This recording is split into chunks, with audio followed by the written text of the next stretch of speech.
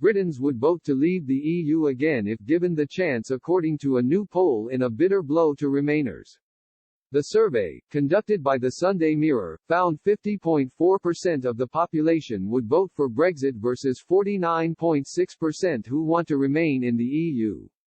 This is very similar to the actual 2016 result, in which 52% voted for Brexit.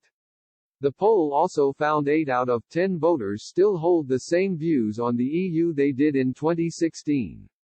Currently, the government is attempting to negotiate a new trade deal with Brussels to replace the Brexit transition period, which ends at the close of this year. However, talks remain deadlocked over fishing rights and how far Britain can deviate from the EU's regulatory, level playing field. Speaking to the BBC, a government source said Brussels must make additional concessions if it wants a deal.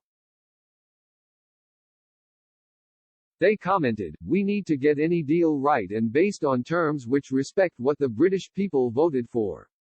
Unfortunately, the EU are still struggling to get the flexibility needed from member states and are continuing to make demands that are incompatible with our independence. "We cannot accept a deal that doesn't leave us in control of our own laws or waters. We're continuing to try every possible path to an agreement, but without a substantial shift from the European Commission we will be leaving on WTO terms on the 31st of December. How long it would take for new fishing arrangements to come into effect is understood to be a particular point of contention.